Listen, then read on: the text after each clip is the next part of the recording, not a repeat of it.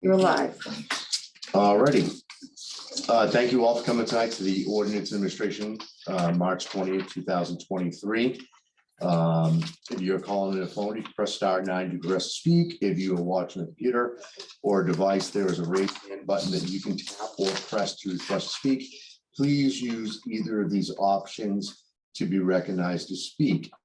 I can say that in attendance, we have Councilor Majota, we have Councilor President Gilman, we have our clerk, Joanne Sinos, our clerk of committees, Sherry White, and that's for staff that I can see online. Sherry, if you can announce. Yes, we have Susanna Egan, Federal Counsel is online, and Pam Toby, excuse me, the Director of Communications and Constituent Services. Excellent. Thank you, Pam and Suzanne. So first on the agenda, we have on boards and committees and commissions, we have new appointments for the Waterways Board. Brian Clark, he's going to be fulfilling the unexpired term, and that would be to expire on 2/14/2024. Brian, how you doing tonight? Great, thanks for having me. Excellent. If you could just tell us a little bit about yourself and why you're interested in this committee, that'd be Yeah, wonderful. I'm a resident of Magnolia. My kids, I'm a prosthetist orthotist, was for 23 years in Saratoga County, New York. And my kids started going to college over here. So my daughter went to Gordon College and graduated there. She's a teacher in Lynn. She's married and has her first grandkid. He's Isaiah is 8 months old, so Congratulations. that's exciting. So when we have 3 kids out here, so it's almost like having and the stories are true. You have the little kid there, you know, and you get to play, you know, and he's the best, of course, best grandkid.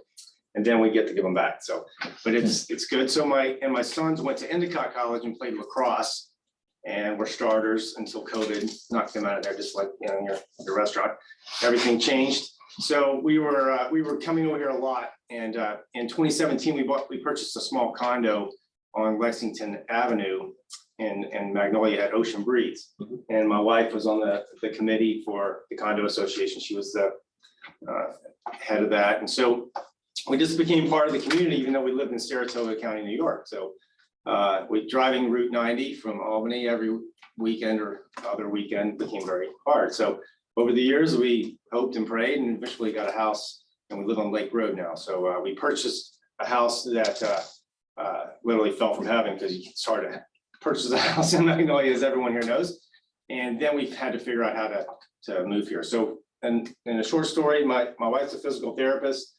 I make artificial limbs and braces, like I mentioned. I'm at the Cumming Center with Cornell Prosthetics and Orthotics. I'm one of the senior prosthetist orthotists. So I work with amputees and I make braces. You know, for stroke patients, we go to hospitals, that sort of thing. You name it, foot orthotics, all that. So patient care all day. My wife it does home therapy. And yeah, I got to know, I had more friends over here than I did in Saratoga. And, you know, from restaurants and pubs, you know, Larry at 525, and, you know, just getting around town, walking dogs. And that's how I met Joe Crowell, and he really helped me with my boating experience, because I've always owned a boat on freshwater lakes, and I'm a big fisherman, big enthusiast. Grew up on the water in Tennessee. But yeah, so I got a center console, Grady White, and realized the ocean's different than lakes, you know, but I'm getting to, you know, I was out there a lot, and Joe Crowell became very close to, you know, voting questions, that sort of thing. So yeah, I just like to be part of the community. And then I got the call out of the blue about this, and then Bob Alves, right, spoke to him, very nice gentleman. I haven't met him face to face. Look forward to. Yeah, and so I just love the community. We felt, obviously we dropped everything and moved at 55 years old, my wife and I, which is the hardest thing we've ever done. You know, a well-established house in upstate New York, and moved here, and I still feel like I'm unpacking boxes, but I love it. We just love it here, and this is just I took it as an honor, you know, to be considered to be part of such an important, you know, aspect of this community, the waterways. And so that's does that give you an idea? It does. Thank you very much. We'll start with Council Majota. Do you have any questions or comments, O'Brien? No No questions, just, wow. A lot going on, a lot happened, but love having you, and Gloucester is a great community, and sometimes you don't realize it until you move away, or you've, like you said, you visit it and you love it, you love that stuff, so it's awesome, so. Yeah, I'm excited to have you on board. Excellent, thank you, Brian. Councilor O'Hara. Thank you, Brian. I wish you the best of luck with the waterways. As Councilor Majota said, you've made some huge steps in your life, moving to Gloucester, and it is a wonderful community. The Waterways Board is a very important board in the city. It's even more important to the residents of Magnolia, as you will find out. And I wish you the best of luck, and thank you very much for the willingness to step forward and help the community. Thank you. Thank you, Councilor O'Hara. And for myself, I met Brian 3-4 years ago. Yeah, when we were living in, we sold the condo, Right. fairly recently, but we, through locals, I got quickly, you're the man to take my cars to, so I met you up at, bringing my old Sequoia up there, and you were great from the beginning, so, but being a permanent resident here now, it's even better, so, living right near your dad and everything, but, yeah, that's how we got to know, and just, you're an example of how I was living in Saratoga, but you were the mechanic I used more than anybody. I didn't even live here. So it was just meant to be, that to move. But yeah, so I really. No, I really appreciate you stepping up for this. It's an important committee. It's a very powerful committee, and they do a lot of good. This is your new home right here in this building. Excellent. You'll be working hand in hand with the harbor master, and you guys make laws and impose fines, fees, and structure, and it's a pretty responsible position. I'm very happy for you to step up and take this. Great. Years ago, I was a Navy officer. I don't know, and that goes way back before my career as a prosthetist. But I was a lieutenant on a submarine in San Diego, which it was a new construction boat that went from Newport News. So that's probably what started it. Well, right before that, an officer candidate school in Newport, Rhode Island. 16 long weeks there, but that started my being around the ocean, and also being on a submarine. It was with the captain didn't need to be blindsided by stuff, and if I could do that job today, I think I would do a much better job than when I was a 21-year-old kid, but because I would know the right answers for the captain. So obviously we work for the city and the mayor, and we certainly want, I think I could hopefully help. And just being around the water feels natural, You're going to make a difference. So it would be good to help out in any way I can. Excellent. Have you been sworn in? I have not. I read that in the email that it needs to happen this week. You can reach out to Joanne, Okay. the clerk's office, and we can take care of that. Other than that, do we have a motion? Committee recommendation move to recommend that the city council appoint Brian Clark, fulfilling unexpired term to the Waterway Board, term ending 2/14/24, and I so move. Excellent. Second. And this would be a roll call, and we'll start with Councilor Majota, Absolutely. Councilor O'Hara, Yes. Councilor Nolan, yes. Brian, thank you very much. I'm excited for this. You can just reach out to Joanne, and you'll be required to be at the next city council meeting, which is all hybrid at that point, for your final confirmation from the full council. Okay. And that will be next Tuesday. 28th of March, and I'll send you the information. Great. You can do it from your car, you can do it from your beautiful house on Lake Road, you can do it from work. Thank you. Very flexible. Not a problem. Thank you, Brian. You can spend the next 3 hours with us. Going over. Or you can go home. If you like, or you can leave. I have a leg to make. No, I'd like to, but I would appreciate Yeah. if I could. Heck, not a problem at all. Thank you. Thank you. That's me. You'll have plenty of hours in this room, believe me. I look forward to it. It's good to spend time with Right, we people. have a great new white too. Yeah. Yeah. Mine's a little older. It's 20 years old, but it's We'll not. talk about it later. Hey, you can teach me some stuff. Thanks a lot, everyone. Hope the meeting was a little less than 3 hours. Take care. All right, so next we have a memorandum from the Assistant General Counsel, which is actually going to end up being Suzanne Egan, to amend GCO Chapter 16, Article 5, Historic District, Section 1662, Historic District Commission. Suzanne Egan, you have the floor. Thank you, Councilor Nolan. I'm trying to get my, there's my video. Oh, for some reason, my video isn't quite working tonight, but I can proceed on this ordinance anyways. So this is an amendment to the Historic District Commission. It is to bring this up to the consistent with the statutory authority of the city of Gloucester. Previously, the section of the ordinance provided that the Cape Ann Historical Association would have to nominate one member. Chapter 40C, Section 4 provides that it's a local historic district society that provides a nomination. We have deleted that and we have put in that specific language that reflects the statutory language for historic district commissions, and added that to this ordinance for your adoption. And I can answer any questions if you have any. Thank you, Suzanne Egan. This ordinance change is more or less cleaning up and making things a little bit more general for the city. Yes. Right. So this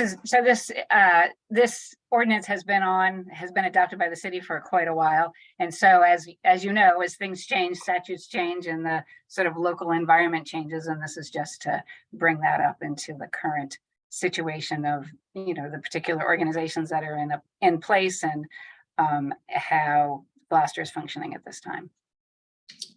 Excellent, Suzanne, thank you. Is there any councilor questions or comments on this? No questions. Councilor O'Hara? Nope, thank you very much. All righty. With that being said, do we have a motion? Committee recommendation, move to recommend that the city council amend GCO Chapter 16, Article 5, Historic District, Section 16-62, Historic District Commission, as requested and described in the document attached to the Assistant General Counsel's February 8, 2023 memorandum. And I so move. Second, And this will be for roll call vote. We'll start with Council Majota, Yes. Council O'Hara, yes. Council Nolan. Yes, Suzanne Egan, thank you very much.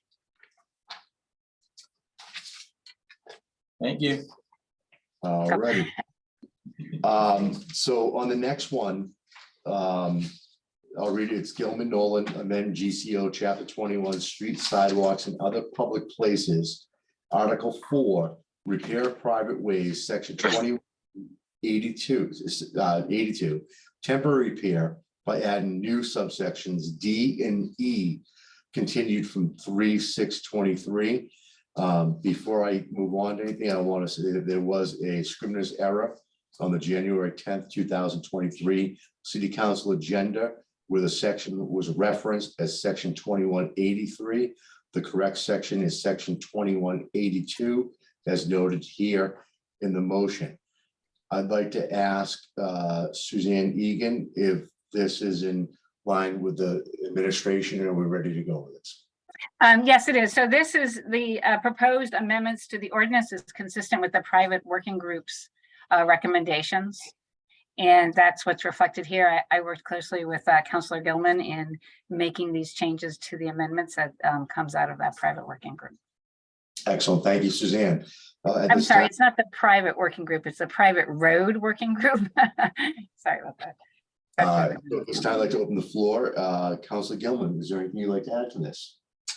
Well, the most important part of this order, I believe, is item number D, which is temporary repair to private roads that are connector streets between two public roads or roads leading to a public area or place of interest shall be prioritized for temporary repairs.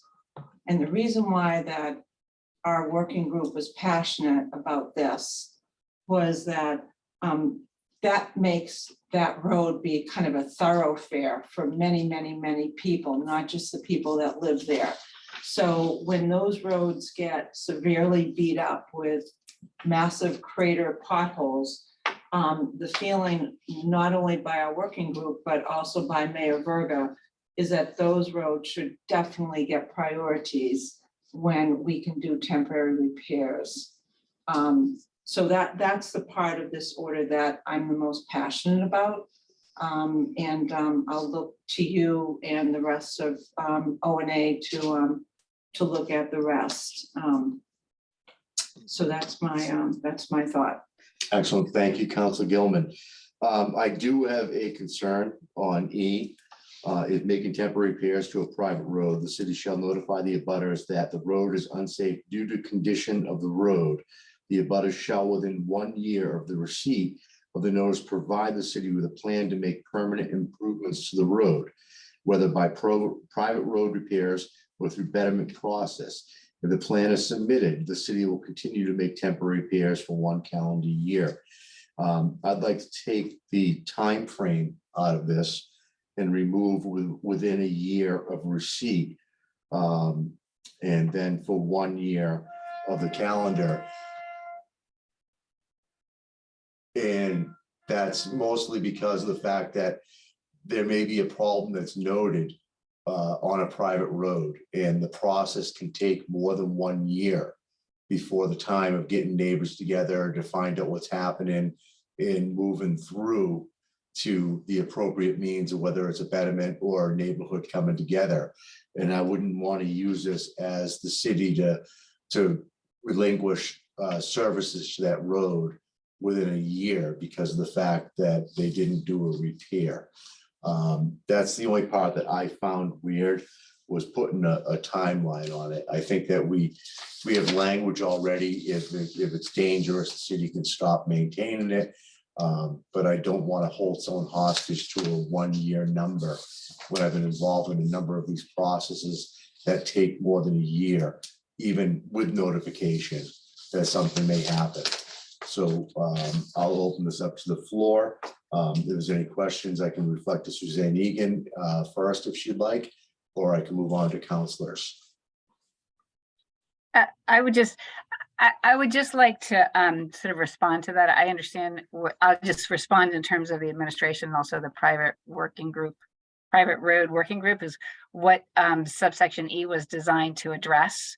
So as you stated in the Code of Ordinances, it states that if a road is unsafe or filling a pothole will not solve the problem with the road, essentially, that the only thing that can solve a problem with the road was such a large pothole or something of that nature, then the director of the DPW can say, I can't make this temporary repair. What you need to do is do a permanent repair. And so this particular section was designed to sort of give people sort of a 1 year buy time, 1 year lag period to say, we'll continue to make that temporary repair provided you come up with a plan. So it wasn't designed to take anything away, but it was actually designed to say, we'll continue to help you out, provided you come up, that you do your part, residents, to come up with a plan, but it's all limited in time so that we make sure that the city is not, the city has that prohibition from making permanent repairs to private roads. So it's kind of designed to meet the residents and the needs of the city, or the requirements of the city, in the middle. And the only concern with not limiting it to a year is then you could undermine the other aspect of the ordinance, which says that if it's deemed unsafe, the DPW won't make those repairs to it anymore. All right, so they'll do temporary repairs, but not permanent repairs, as we know. So I'll withdraw my motion to, not even a motion, but my idea to remove and change section E. Any other councilor comments towards that? I just have a comment on, just in general, say section D, temporary repairs to private roads and so on. The temporary repairs are being performed by the city, is that correct? Or by the, okay, do we want to, does the word temporary repairs by the city want to be included? Because right now, temporary repairs by who? So this is part of a larger section, right? It starts at 2182, and 2182 talks about the city making temporary repairs to private roads. Mhm. So D is just one subsection of it, and the Okay. beginning of 2182, I believe, addresses that is the city, when the city makes temporary repairs to private roads. Certainly, thank you. Councilor Jota. No. This is something I sort of read, last night and this morning, and I sort of had what you were the 1 year gap, but after Suzanne sort of explained why that is there, it makes sense. So I understand it a little bit more clear now. Thank Right, you. I'm gonna go back to Council Gilman on this because she is part of the request. Are you comfortable with the answer on the 1 year? I think it's probably appropriate that I wait till the Okay. next step rather than Deliberate deliberate on here. Exactly. Because I do have some thoughts, but I think in fairness to the process, I should probably withhold until such time, but this has been helpful to review this, and I'm particularly passionate about item number D. And we did spend quite a bit of time on this in the private work group. We had 11 meetings, and we really vetted a lot of this, so thank you for allowing me to speak Not a on behalf of our order.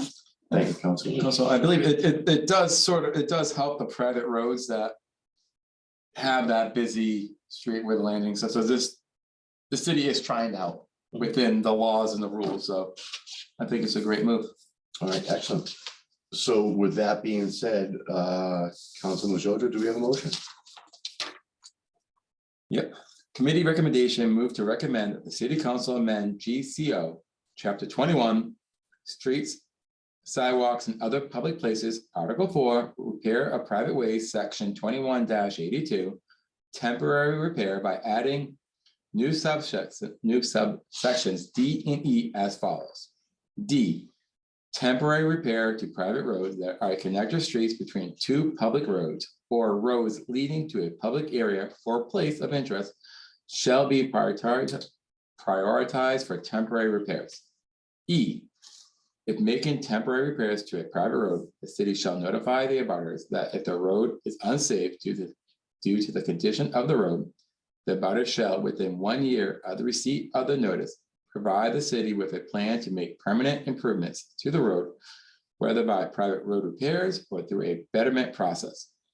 If the plan is submitted, the city will continue to make temporary repairs for 1 calendar year. And I so move. Second, All right, this is by roll call vote. We'll start with Council Majota, Yes. Council O'Hara, yes, Council Nolan, yes. Thank you very much. The next order of business is number 4, CC 2023-003, Gilman Nolan, amend GCO chapter 21, streets, sidewalks, and other public places, article 4, repair of private ways, section 2181, permanent construction or repair by amending consistent with Massachusetts general law, MGL, the city cannot make permanent repairs to private roads using public funds. And with that being said, I'd like to open the floor to Councillor Gilman on this matter. Thank you. For 1 second, just to point out, Councillor O'Neill is on the call as well, so there is a quorum. Excellent. Thank you, Tracy, for being here tonight. Thank you. Excuse me, sir. So this has become quite a contentious issue in our city. And we need everyone to understand that this is not our local matter. This is mass general law. And when I recently attended the MMA conference and attended a meeting on private road repair that Mike Hale was actually one of the panelists, there were so many elected officials in that forum and all struggling with the same issue as we are. So our private road repair working group just felt that it is helpful to just add this to the ordinance so people understand that it's not us in Gloucester, it's the law, it's mass general law. The city cannot make permanent repairs to private roads using public funds. And all 351 municipalities have the same issue with private road repairs because it's just a huge expense. And we have to be clear on how it works. And we know that we don't get enough money in chapter 90 to even do half of our public roads. And then it's a financial issue. It's also regarding deeds, and it's very technical. So I hope that this council considers adding that. And it's just to be more clear, because the more we're clear with what the rules are, the more our constituents can understand that we're not making this up, and this is what the law is. So I hope that helps, and thank you for considering this. Thank you, Councilor Gilman. Is there any questions from the council, or is there any questions or anything that Suzanne would like to add to this? No, I don't have any further questions on this. I think, or comments on this. I think Councilor Gilman provided the reasons for the importance of this section, because it is, when we started that private road working group with everybody sitting in the room, that was the first question everybody asked. And we spent a lot of time looking at that and getting everybody at the table to understand that this is actually the law.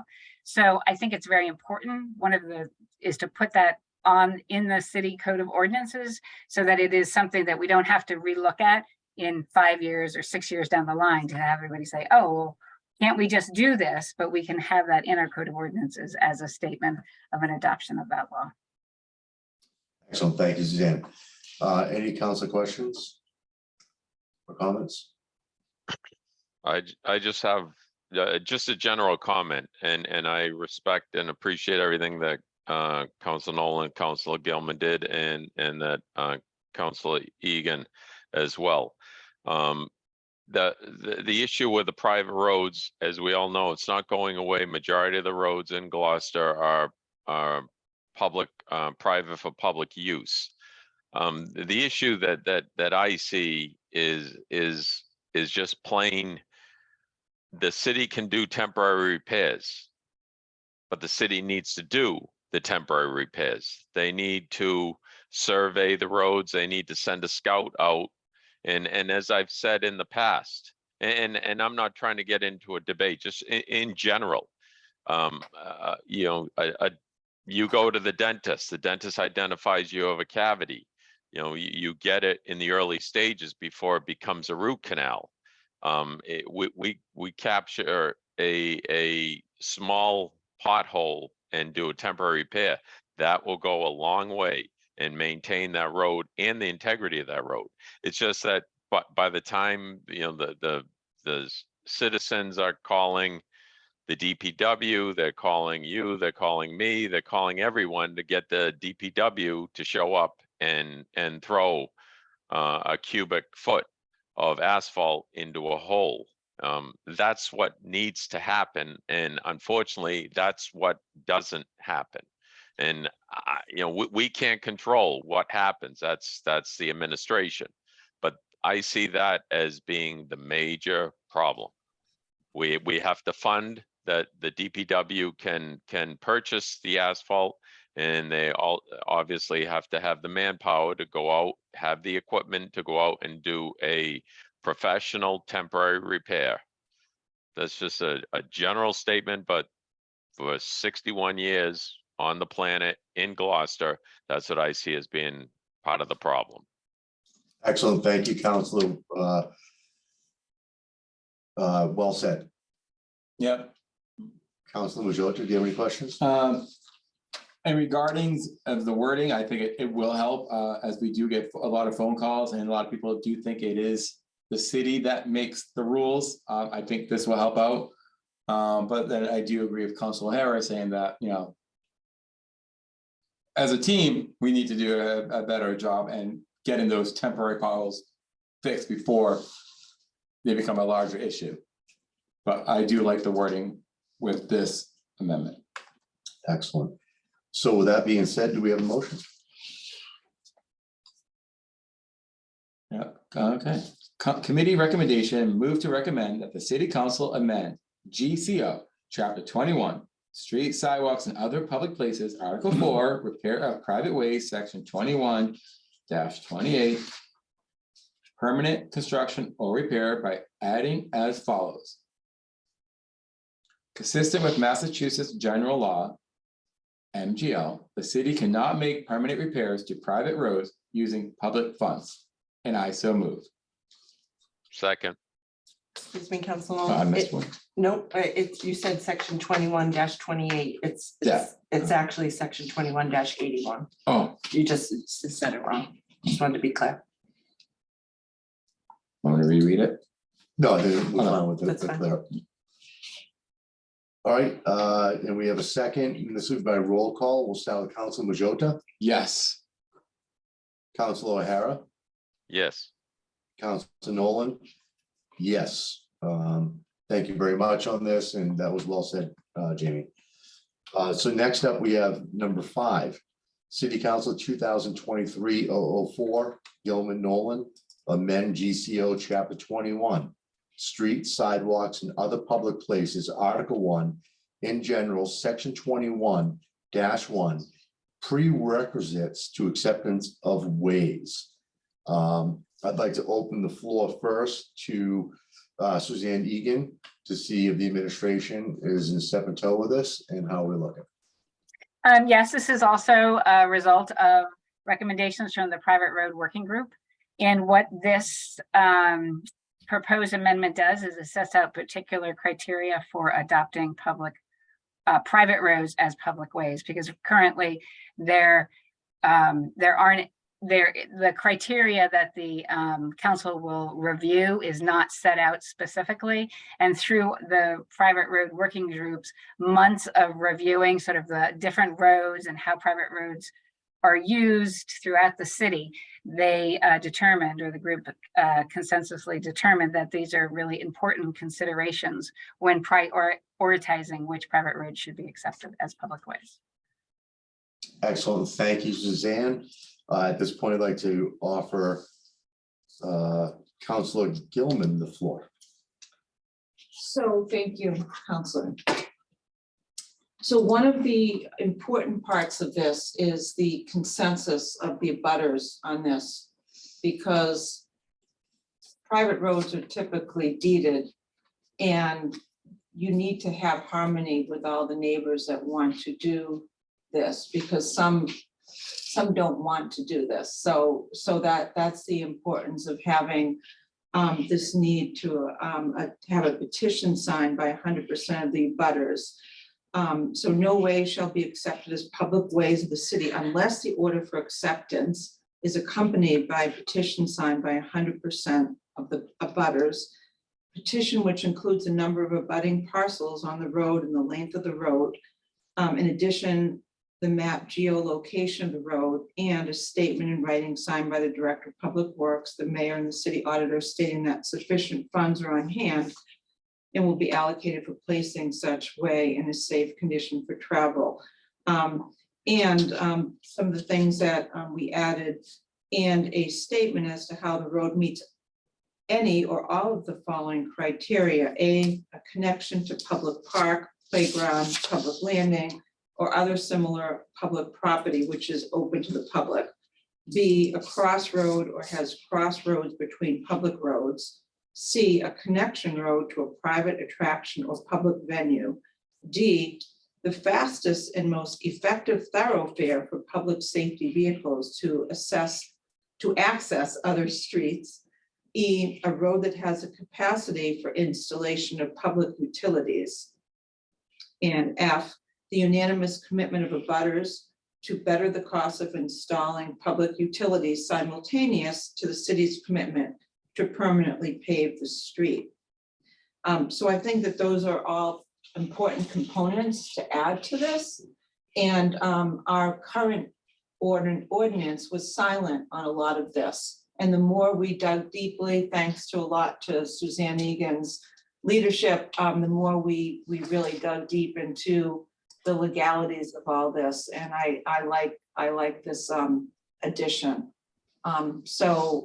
I think that summarizes why we felt that this was important. And I think my personal feeling is that if a road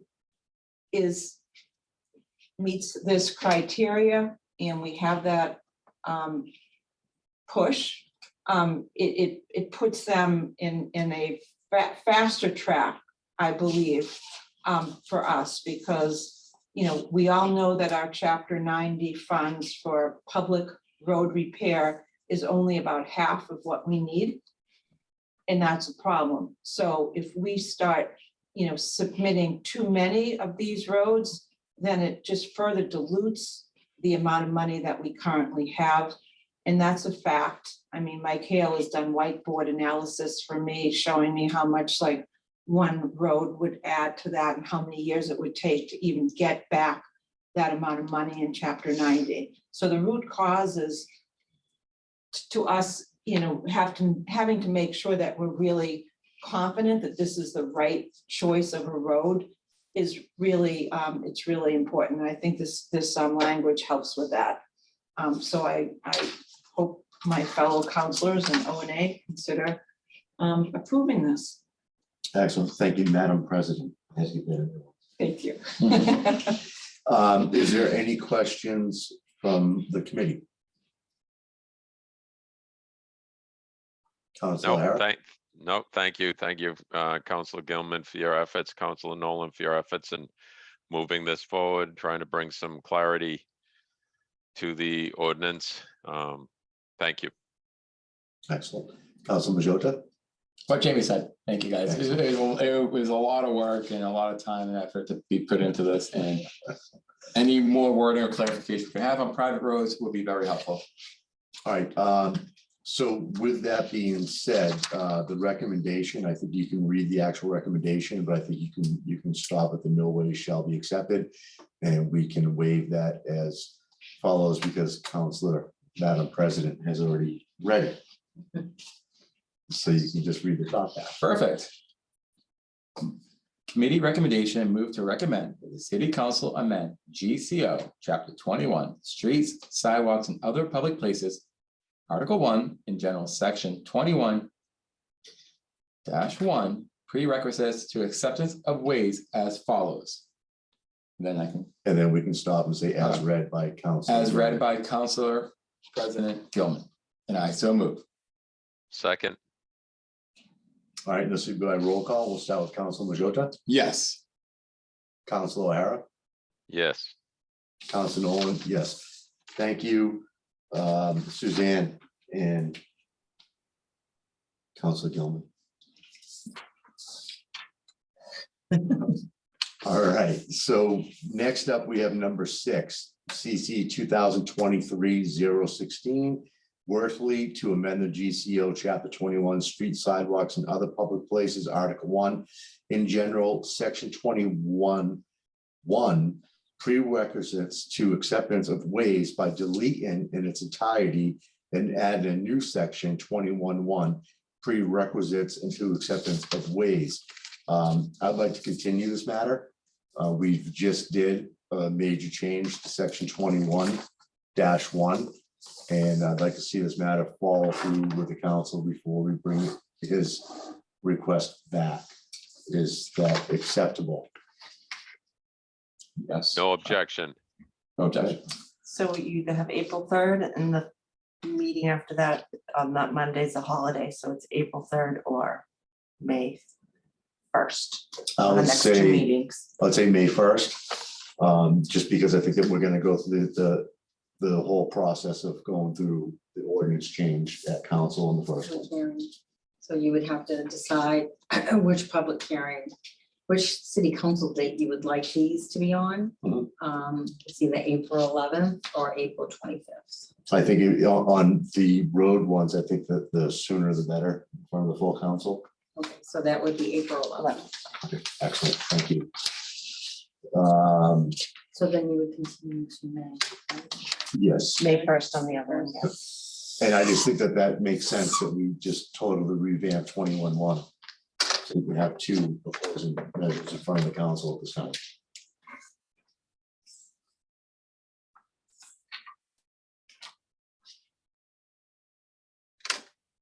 Can I just make a procedural through the chair? You certainly can. So are we going to be doing two separate hearings? One on, because they're both on the same order. And I guess that would be my biggest concern, Right. is spending the money for advertisement for two separate hearings when and Council Worthley is not here to share this right now with us, and I just don't, I'm just a little bit technically Well, I think concerned with that's how what- this will work. I think that's why I'm trying to put his off until we go through public hearing on the first 21-1, and then have it come back to O&A for his council order. He could withdraw his motion if he wanted to, because we're talking about the same thing that he wants with all these changes, right? Right, he can withdraw it, but I can't order him to No, withdraw it. can't. So, Okay, so in Alright, other then. words, I'm putting forward what we did tonight as soon Yeah. as possible, okay, but I can't do anything with his order. He's the only person Okay. that can remove his order. So I'm just putting that off until the Okay, next and time, maybe he'll- convenient okay. to what it is. That sounds like it's a great path, so thank you for clarifying that. Thank you, Counselor, Now I gotta stand up for him again. sorry. Number 7. You are on a roll. Number 7. Page 3. Sure. Perfect, all right. So next up, we have CC 2023-017 Gilman, review of the annual salary of the city councilors pursuant to city charter, section 2, to determine if it to be increased from 11,500 per year to XXX per year effective January 1st, 2024. North Dakota Ordinances, Chapter 2, Article 2, City Council, Section 2, 28, council salary be amended by deleting 11,500 effective January 1st, 2024, should say, right? Yep, So it's 2014. Oh. yes. yep, good catch. Good, yeah. Oh, no, that's right. Oh, because we're deleting the one from 2024. exactly. Yeah, sorry. This is perfect. And adding XXX per year beginning January 1st, 2024. Sorry about that. It's okay. So we'll start this off by going to Counselor Gilman. It is her order. Great, thank you. So this matter and also the salary of the mayor, as well as the school committee. Get the name right. Oh, thank you. So came out of two public comments by Steve Aiello. And he was suggesting, because the salaries had not been reviewed in many, many years, that we would take the opportunity to look at them. And this is, the nice thing about our city charter is that it basically discusses not a particular person, but the board or the mayor. And it doesn't state who that mayor or who the board is. And the time that you have to do this is 18 months before that new person gets into office. So we actually, so just to let you know, for example, section 2-3, the city council shall by ordinance establish an annual salary for its members. No ordinance establishing or increasing such salary shall be effective, however, unless it shall have been adopted by a 2/3 vote during the first 18 months of the term for which councilors are elected. And it provides that such salary is to be effective at the commencement of the term of office of the next city council to be elected. And that also is covered in Mass State Law, MGL, Chapter 39, Section 6A. So we are just looking at this, and I'm honestly don't have an opinion on this. And so I just wanted to process this through O&A to allow you to look at the salary, which is on the next document in the packet. It's on page 14. So for people that You are wanna show that? watching this, it's on page 14 of 37. We got a pretty thorough overview of all the salaries of city councilors in our neighborhood, in our kind of the North Shore, similar size councilors, council, and so this is just a procedural matter. And the other thing to remember is that the last time this was changed was back on January 1st, 2014. So the salaries of the city council have not been touched for 10 years, okay?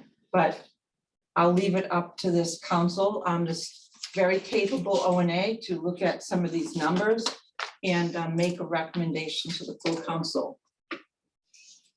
Alrighty. So at this point, do we have any questions from our committee? We can start with Councilor Majota. No questions. I think this is always a sensitive subject when it comes to taxpayers. Because, they look at potentially any increase is money taken away from them. So this is one of those subjects, I'm cautioned with, but it has been over a decade. I think as city councilor, we do put in a lot of hours and days into trying to accommodate, to help out, inform all the constituents. And just looking at the information on the board, we somewhat fall right below or right in between. So I don't really have, that's my opinion on it. I know it'd be a very sensitive subject when it comes to any increase with taxpayers. Sherry, you can pull that down. Councilor Hara, do you have any comments? So right now, we're only talking about the city council issue versus the mayor, correct? That is correct. The mayor is next. That's correct. As Council Majota stated, that this is a sensitive issue. In the same breath, and this will carry forward into the mayor. For the benefit of the constituents, the taxpayers out there, and I'm not in favor of an increase as much as we want to keep in mind that people who are going to step forward to help the city, in this case, in the form of a city councilor, and no disrespect to this present council, we all work very hard, we know that. But going forward, for someone to look at, well, geez, do I want to take a step forward to run, first of all, for the position, and he or she may look at, the salaries, the benefits, as most people do when they're looking for job employment. How much is a position going to pay? What are the benefits, and so on. So I think in that respect, I think it's important for the position to have a reasonable salary for the benefit of potential candidates going forward that may be interested in obviously being involved further with the city council. Thank you.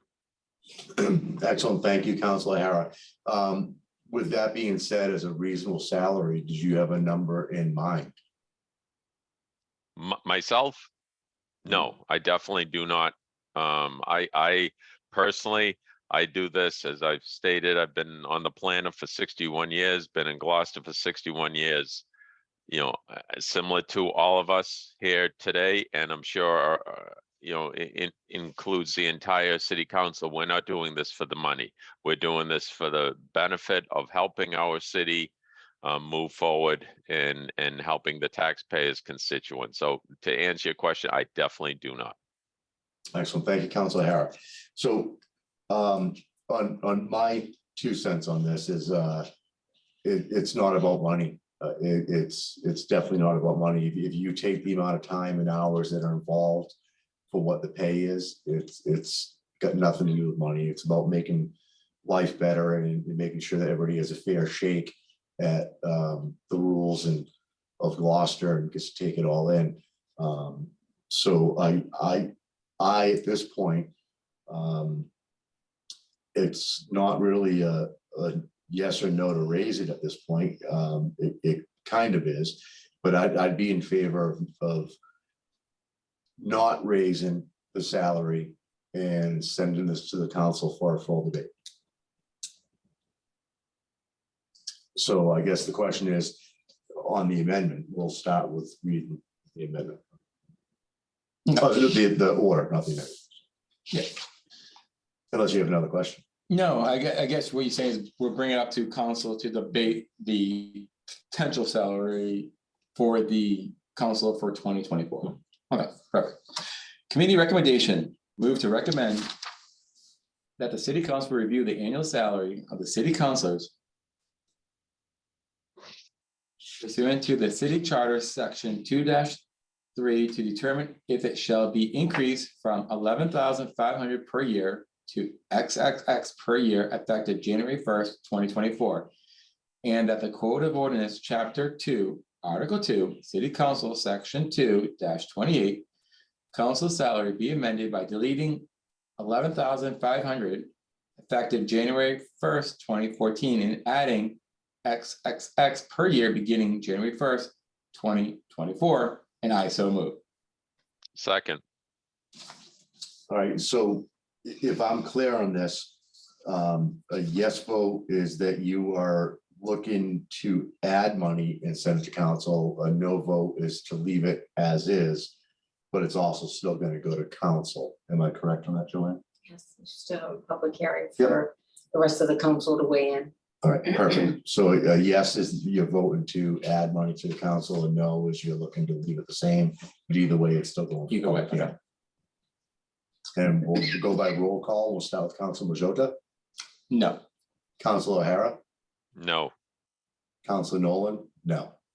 So that's the motion fails, but it will be going in front of the full council. Thank you. Next on the agenda is the committee recommendation. Move to recommend the city council review the annual salary of the city. Oh, I did that, I'm sorry. Move to recommend the city council review the annual salary of the mayor pursuant to city charter section 3(1)(c) to determine if it shall be increased from 100,000 per year to 115,000 per year, effective date January 1st, 2024, and that the Code of Ordinance, Chapter 2, Article 3, Officers, Employees, Division 2, Mayor, Section 2-54, compensation by amended by deleting 100,000 effective January 1st, 2014, and adding $115,000 per year effective January 1st, 2024. I believe that this was a motion. I did that totally backwards, but kind of the same. So Councilor Gilman, you have the floor. Thank you, Counselor. So similar to the city council, the last time the mayor's salary, a mayor's salary was increased was 10 years ago. Having a background in HR, I spent a lot of time looking at the numbers. If we could look at the numbers perhaps again, if you don't mind. On the mayor's, please. So I was a little bit bolder on this one because I felt it was pretty obvious that we were very low paying mayors, a mayor. And if you look at the numbers here, the average of all these municipalities, and we tried to match like communities as much as we could, is 119,267, and Gloucester is at 100. And then if you look up to the top, and you look at population consistency, you'll see that, for example, Melrose has a population just about what Gloucester has. They have 28,113. Gloucester has 29,789. But keep in mind that Melrose isn't a tourist area like us. So so our number is pretty small based on the amount of issues we have when all the summer folks come and people that aren't, residents are here. Melrose, for example, is 132. And then you look at some other communities that are close by. Woburn is 40,304 people, and they're 123,000. And don't forget, Woburn is not a summer community like we are. And then we've got Beverly is 41,885. A little bit more touristy in the summer, but not really, not like us. And Beverly is 119,999. So basically 120,000. And then you've got Salem is 43,252. It's bigger than us. Their mayor compensation is 150,000. Peabody is 52,906. Their mayor is 122,399. And then I guess those are the numbers that kind of popped out. So, my recommendation was 115. I didn't think we should go much higher than that because that's a big jump and we need to be as fair as we can with the types of jumps that people have made. But 115 would get us somewhere close to the average, which is 119 of these like communities. And also based on the fact that we are a tourist community with a heck of a lot of more people here in the summer to add to our population that is being benchmarked, which is 29,789. So my recommendation was to make this 115. And it's up to you on O&A to determine if you liked my logic or not. And again, I just want to repeat, the same law is required for mayors, and that is Article 3, Executive Branch of Government, Section 3-1C, Compensation. The City Council shall, by ordinance, establish an annual salary for the mayor. No ordinance establishing or increasing such salary shall be effective unless it shall have been adopted in the first 18 months of the term for which councilors are elected, and it provides that such salary is to be effective at the commencement of the next term of the office of the mayor. So this is for the position of mayor, and councilors are asked not to be thinking of who is there right now. This is the position, and this is how our charter is written. So I hope that explains this council order, and thank you for letting me present this to O&A. Thank you, Councilor Gilman. Is there any questions in the committee? And I'll start with Councilor Majota, or Sherry, you can pull that down if you like. Looking at the averages from that screen, and I think with the large city that we have and what the mayor does, and not having an increase over a decade, I understand why any potential for the next, any mayor who runs in Gloucester would have an increase, especially since that is their full-time job as well. So I understand the increase and will be below the average of the cities that are within our reach. So I'm okay. Excellent. Thank you, Councilor Majota. Councilor O'Hara. Thank you. I have a different view on this than with the city council, and some of what Councilor Majota had mentioned. I'm in agreement. the mayor, and this is no disrespect to our present mayor or any of the past mayors of our wonderful city. Our city is a $150 million corporation. That's a lot of money. That's taxpayers' money. That's whether it's direct taxpayers or through the state. With that said, as Councilor Gilman has mentioned, she has a background in HR. If anyone was to research what a CEO, because a mayor is the CEO, he or she is the boss of a $150 million corporation, you would see that it far exceeds, whether it's 100,000 or 115,000, far exceeds that. But with that said, a taxpayer, as we've talked, this is a sensitive issue, but this isn't as a sensitive issue as it is, I believe, whether it's city council or school committee. The mayor's the boss. The mayor has to make the decisions. He or she is voted every 2 years in the city of Gloucester. The taxpayers, the voters turn out and make that election for that person. They're also hoping that that person will run the city as best as he or she has the ability to make those decisions on a business sense. Being a boss, as I've been a boss for quite some time, being a boss is not fun. I'm sure Council Nolan will agree.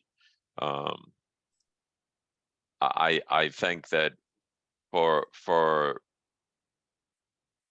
people to be interested in the position of mayor, they have to look, as we've already talked, you do it for the benefit of your community, but you also have bills to pay. More than likely, you're coming from an existing position. You have a lifestyle. And I think that from the standpoint of dollars and cents, that we want qualified people who are going to be taking out nomination papers for the position. And again, I think most anyone is, before they take out the nomination papers, one of the variables that they may be looking at is how much does this position pay? So with that said, I think Councilor Gilman, thank you for your research. We are underpaying the position of mayor in the city of Gloucester, and I think we're probably by increasing the salary, we're possibly going to get other people looking at the position that might not otherwise consider it. So in this case, I think it's money well spent to increase the position from 100,000 to 115,000 annually. So I will definitely be supporting this because I think this in the long run is going to save the taxpayers money. Thank you. All right, thank you, Councilor O'Hara. Being a boss and looking at wages has always been a very difficult thing to do. But one of the main parts of looking to give someone a raise is the employee asking for one. And I think that in the change with economics in our world, that the particular administration, he hasn't asked for a raise. We're looking to give him a raise.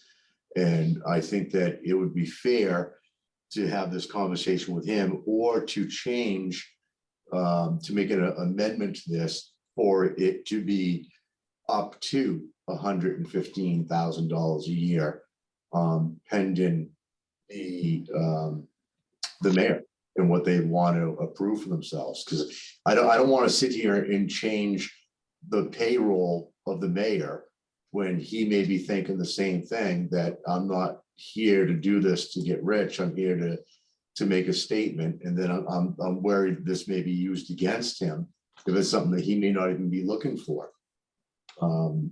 That's my concerns to the situation. I have no doubt that the position deserves at least that. But the key part of this is the mayor. And at this time, the mayor hasn't asked us for a raise and hasn't come formally in front of us. So I'd hate to give someone a raise that didn't ask for it, then have it go back and bite them from some constituents that may say, you just gave yourself a raise, and I don't like that. So I'd either, like to amend it to up to $115,000 a year, or send it to council. And maybe we can get some information from the mayor's office on what they're looking for, what he wants. He may not want this $115,000. He may be happy with 100 and do his thing. So I don't want to make it political, something we end up doing a decision that could be used political against someone that actually hasn't asked us for anything, if that makes sense.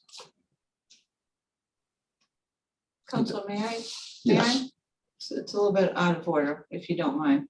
So the only thing that I would say, I understand your logic, but the way that this is chartered is that the rates are independent of whom the incumbent is. Exactly. Okay, so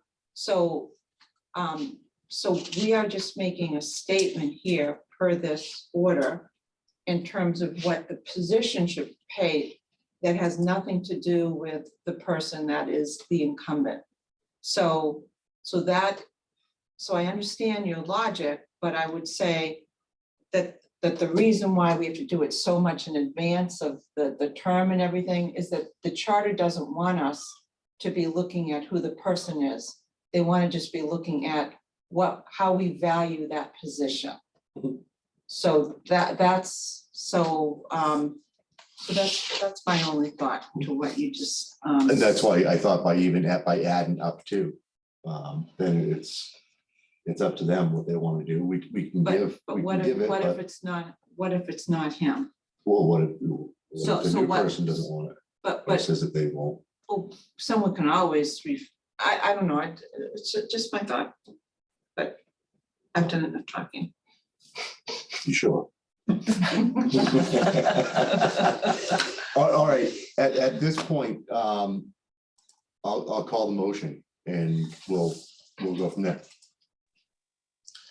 Committee recommendation, move to recommend that the city council review the annual salary of the mayor pursuant to city charter section 3-1C to determine if it shall be increased from $100,000 per year to $115,000 per year effective January 1st, 2024. In the Code of Ordinance, Chapter 2, Article 3, Officers and Employees, Division 2, Mayor, Section 2-54, compensation be amended by deleting $100,000 effective January 1st, 2014, and adding $115,000 per year effective January 1st, 2024, and I so move. Second, All right, this will be a roll call. We'll start with Councilor Majota, Yes. Councilor O'Hara, yes. Councilor Nolan, yes. Okay, so the question is public hearing. April 11th or April 25th? What was the other one? The street? The That was other one gonna be was 11th. April 11th. Can we, if we go to the next one, will we still have the The 18? 18 months, close. It'd be okay. Yeah. Because You started the process. Okay. So April 25th.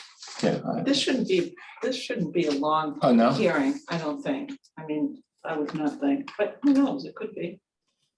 You have two other public hearings on April 11th. You have- One is the harbor, one is the Airbnb. One is the Airbnb and the other one is to opt out of the vote by mail.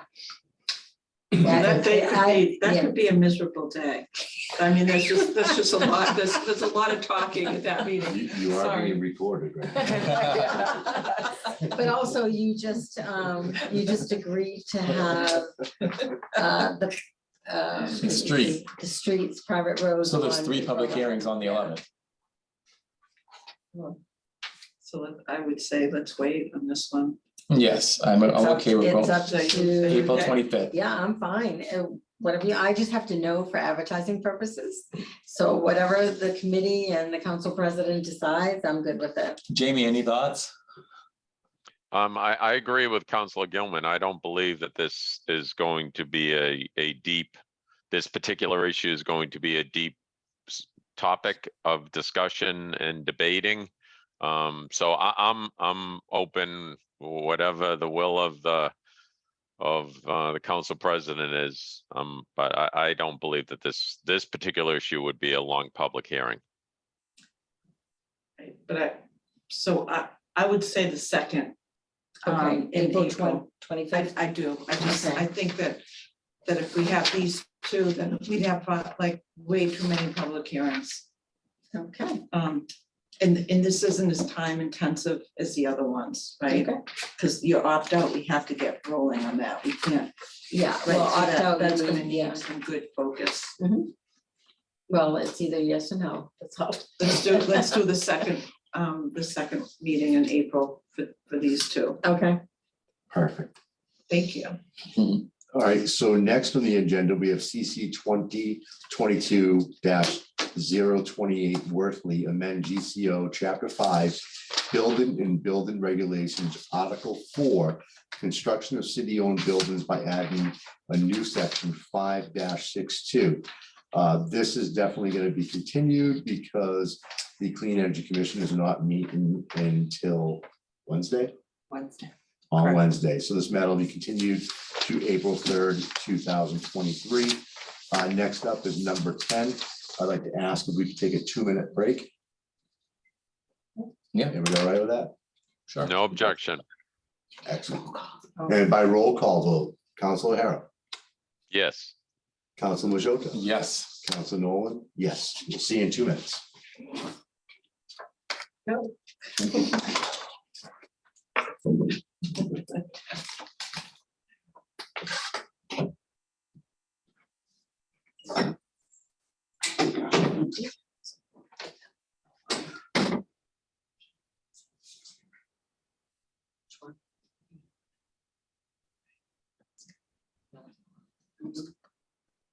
Right. Yep. Motion was good. Well, this animal one.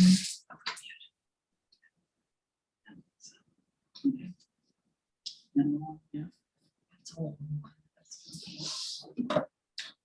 So that's all. The whole thing is overhauled. What if we put these out till May? Is that a problem? Is it, how does this affect the licensing for this year? Go back to licensing, but the problem is, not affect the licensing so much, but the problem is we're trying to be. I know what, the Mass General Law, we cleaned it up. And it's like definition in the license. It's given of an officer. Whether to be animal. And so if we should put this off till May, it won't be able to take it. So we'll have to do this for the second week in April. Okay. It won't affect the licensing so much as the processing fee. And that will change after March.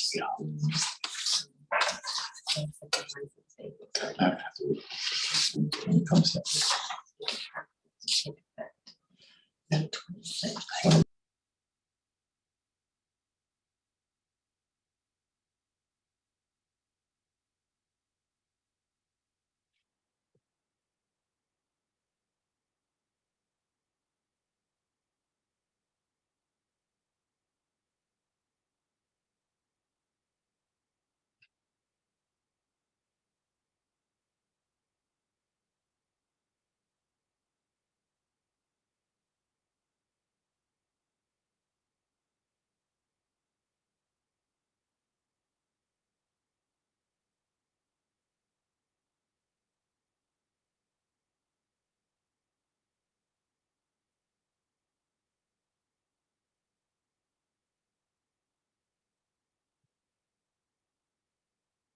Lost the audio.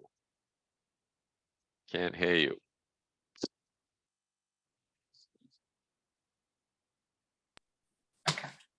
There we Alright. go. All right, We're Julia. back.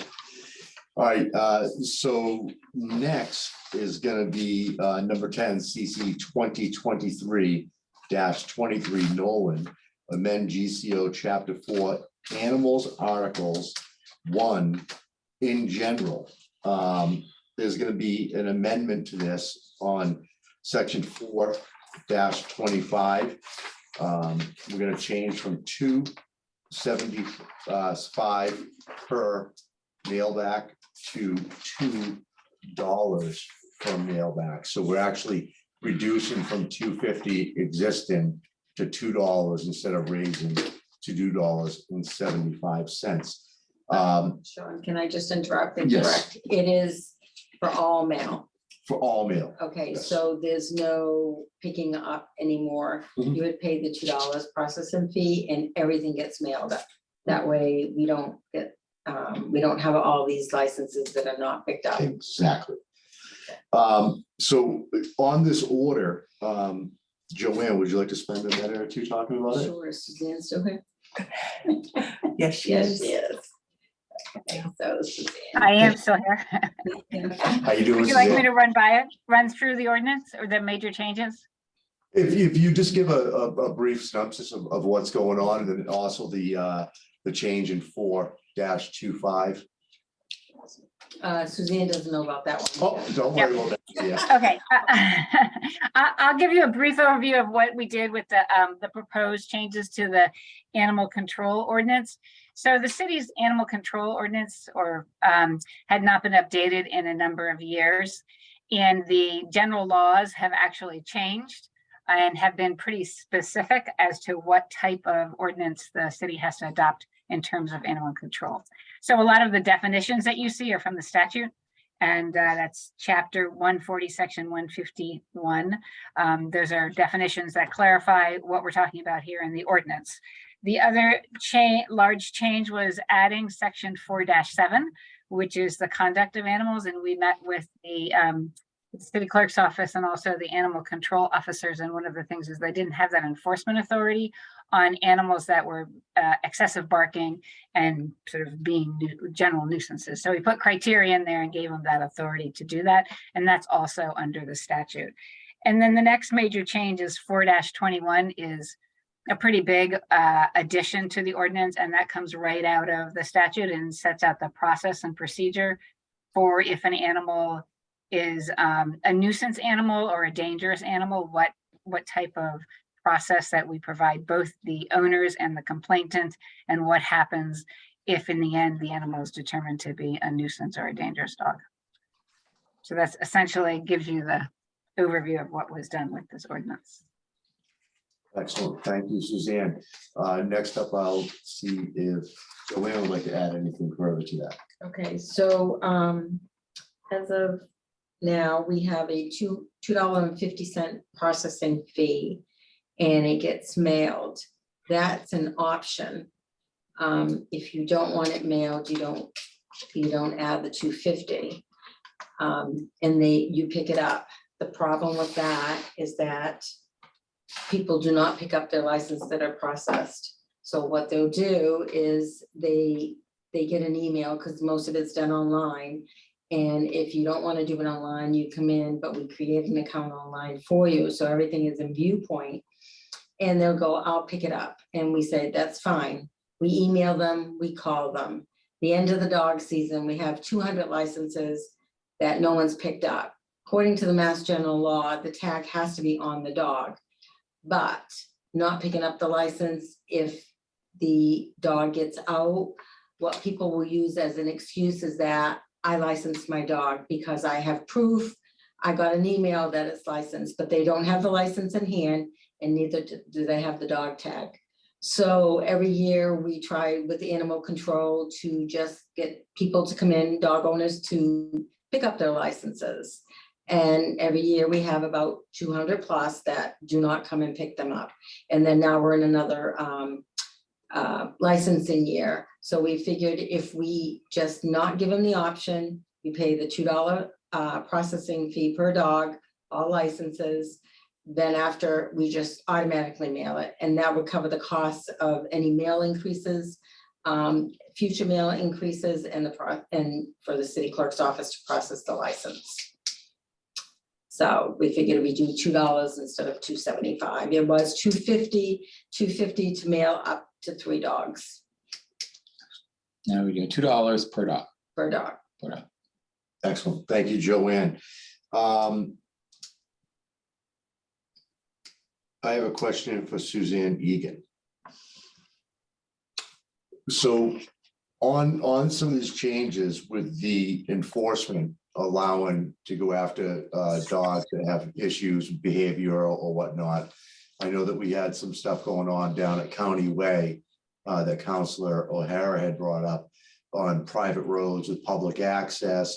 I believe the consensus was that within city limits, you have to be licensed and leashed on roads in areas that are open to the public. Is that correct? Yes, it is. It is correct. It's, I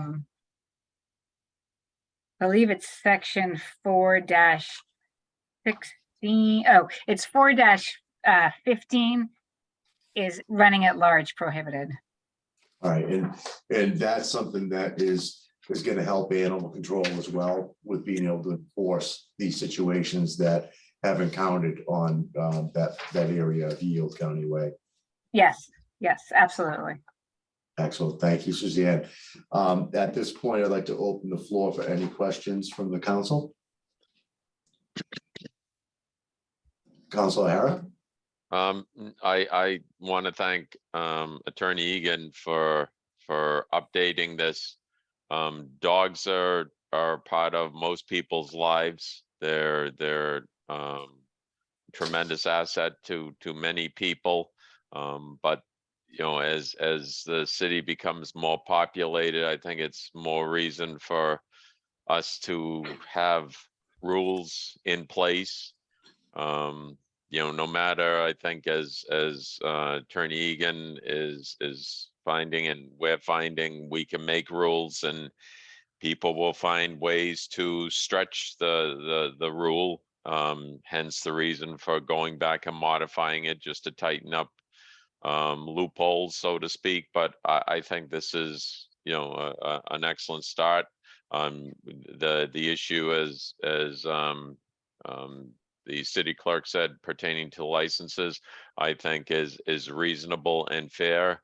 You know, time is money, and the city clerk certainly making calls and emailing and what have you is very time consuming. So I think trying to streamline it and make it as efficient as possible, I think is a benefit to long-term to the taxpayer. So overall, I'm in favor of these changes. Thank you. Thank you, Councilor O'Hara. Councilor Majota? Very well said, Councilor O'Hara, and I think it just makes it easier for everyone just to get the license when it's mailed out. That way they have it, there'll be no excuses. And then it's on the owner to do what they need to do with the license. So Excellent. Thank you, Councilor Majota. So with that being said, I'd like to read the motion and I'd like to ask to add as offered to us, but with the amendment. I move to recommend the city council amend the Gloucester Code of Ordinances, Chapter 4, Animals, as included in the proposed draft ordinance with the amendment to 425 to change from $2.75 to $2 for mail-in fees. And I so move. second, And this will be by roll call. Councilor O'Hara, Yes. Councilor Majota, yes. Councilor Nolan. Yes, thank you, Suzanne, and thank you, Joanne, You're for all welcome. this hard work. This will be on April 25th also. April 25th. We're filling up quick. That's all right, though. This I is love good it. business. I love it. Good business. All right, so next up, we have number 11, CC 2023-025, Memhard Nolan amend GCO, Chapter 23 Utilities, Article 3, Water, regarding water betterment assessments. Did Counselor Memhard make it tonight? No, he's not on the call. Alrighty. So this is something that we did work with Suzanne Egan and the DPW and the administration. I believe that it's an unbelievable tool for us to have to help out the citizens with issues with private roads and water to make a betterment system. If Suzanne would like to add anything to this before we move on with the order. Certainly. So this allows the city to assess a betterment process for laying new water pipes to bring public water supply to individual landowners. What the city has to do first, or the council has to do as the legislative authority, is adopt the statutes which authorize the city to then adopt the ordinance. And once the statutes are adopted, and I included those in your packet, and that's chapter 40, sections 42G-K, that essentially allows the city to do this, then the ordinance reflects the language that's in the statute. And it's essentially the same process that we do now for our sewer betterment assessments, and that we go, and if we're laying out the pipes, we apply it through the uniform rate of how that betterment is assessed and applied to each property owner. And this just provides the city with more tools, as Councilor Nolan says, sort of more tools in the toolbox to be able to provide services to the public. Excellent. Thank you, Suzanne. Is there any questions or comments from the councilors? Councilor Majota. I love getting a new tool. So I think this will just help out and make things clearer, and it really does help out the city. And yeah, I like it. Excellent. Thank you, Councilor Majota. Councilor O'Hara. No, I agree, as far as the issue of placing pipes on private ways, which we have plenty of that are either in need of replacement or areas that don't have year-round water, so that this is a mechanism for achieving payment from the abutters. So I think this is a great addition. Thank you. Excellent. Thank you, Councilor O'Hara. Councilor Memhard can't be here tonight, but he's really the person that brought this forward to the administration. With work that's been going on in East Gloucester around Mount Pleasant Street and in that area, there's a few roads that are having issues with their water. And during this large project was the perfect time to capitalize on it through an agreement to work with the city and the abutters at once and get this taken care of. The 95% of the work of this order came down to Suzanne Egan and Mike Hale, and I can't thank them enough for putting this together. Scott for coming up with the idea to ask. This is really going to benefit some needy people. That's going to help them in the future. So I will read the full motion on this because it is a new order. So bear with me. This will just take a few minutes. I move to recommend the City Council amend the Gloucester Code Ordinance, Chapter 23, Utilities, Article 3, Water by adding Water Betterment Assessment, 2365, Statutory Authority. This article is adopted pursuant to MGL, Chapter 40, Section 42G-42I and 42K. 2367, purpose. The purpose of the section is to allow the city to levy a special assessment to meet the whole or part of the cost thereafter incurred of laying pipes in public and private ways for the conveyance of distribution of water to its inhabitants. 2368, applicability. An owner of land which receives benefit from the layer of water, pipes in public or private ways upon which the land abuts, or which by more remote means receives benefit through the supply of water to the land or building shall pay a proportionate part of the cost not already assessed of extending such water supply to their land. That was a perfect time to have a glass of water. 2369 charges. The amount to be charged against each parcel of land receiving such benefit shall include the cost of the pipes and other material of the labor in laying them and other expenses incidental thereto, and shall be ascertained, assessed, and certified by the Department of Public Works. 2370, assessment. The assessment for the cost providing and laying water pipes thereafter in public and private ways shall be made upon the several parcels of land receiving benefits from the laying of such pipes by a fixed uniform rate in accordance with provisions of Chapter 80 for the construction and connection of water mains and services by a uniform unit method, which shall be based upon the common main construction cost divided among the total number of existing and potential water units to be served after having allocated the town contribution, if any, and after having portioned the costs of special specific unit and general benefits facilities. Each water unit shall be equal to a single family residence. Potential water units shall be calculated on the basis of zoning in effect at the date of assessment. Existing and potentially multifamily, commercial, industrial, and semi-public uses shall be converted into water units on the basis of a residential equivalence. 2371, procedure. Whenever the Department of Public Works decides to lay water pipes in a public and private way, assessment may be made pursuant to general laws, Chapter 40, Section 42G, for the construction of such improvement.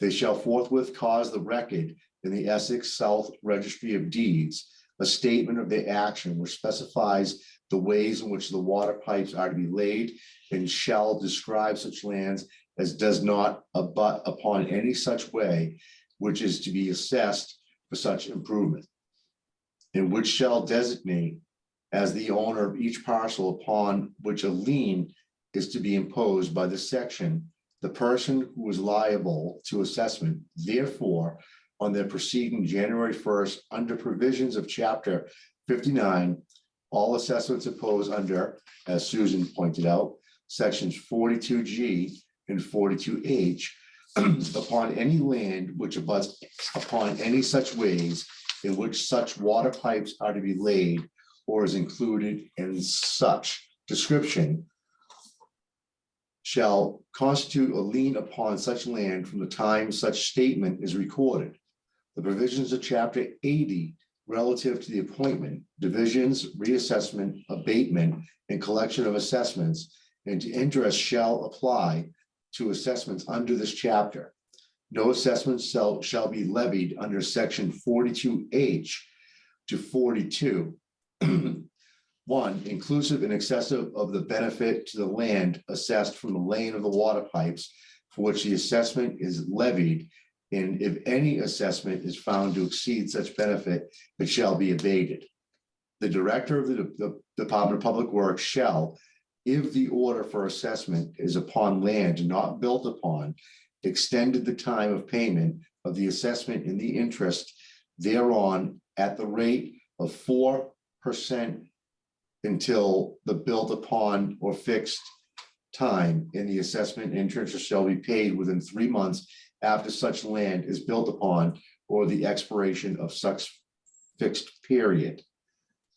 2372, deferral water betterment charges may be deferred pursuant to the procedures and requirements set out in general law, Chapter 40, Section 42J, sections 2073, 2374 are reserved for this. And I so move. Second. Second, And this will be by roll call vote. And we'll start with Council Majota, Yes. Council O'Hara, yes. Council Nolan, yes. And again, Suzanne, thank you very much for all your work on these 2 long processes tonight with the animals in the water. It's going to make a difference for a lot of people. All right, you're welcome, but I would suggest that the committee should take one more vote, and that's to recommend that the city council adopt general law, Chapter 40, Section 42G through K, and that gives you the authority to then adopt that ordinance. It's a 2-step process. See that? Yeah, it's in the memo that we wrote. I don't know if you have that as a, It's in the memo, but I don't think we put it in the. Okay, that's I don't fine. think there's a motion there, but it would just be a motion to motion to recommend that the city council adopt chapter 40, sections 42G through K. And yes, I make that motion that we do so. Second, That works. And this will be by by roll call. Council O'Hara, yes. Council Majota, Yes, Council Nolan, yes. Thanks again, Suzanne. thank you. You're welcome. Can I ask the urgency of this ordinance? Because it'll be either April 11th or April 25th. Public Hmm. hearing. I think that there's some planned work that needs to be done. Right, I would suggest, yes, I think that people have been waiting a while for this, so maybe April 11th is probably April- better. And because it takes Yeah. 31 days to go into effect, so yeah, it'll be May 12th, the effective date. Yeah, So I don't think it's gonna be a big outcry for anything. It's a Okay. betterment that's cost related to the applicants. all right, so April 11th, Yes. okay. Sorry, Val. All righty, with that being said, I'd like to make a motion to adjourn. Second, So moved. Second, And this is by roll call. Council O'Hara, yes. Council Majota, yes. Council Nolan, yes. Thank you very much. Thank everyone. you. Thank All you. right. Good night, everyone. Night. Can I- Take care. Bye-bye. But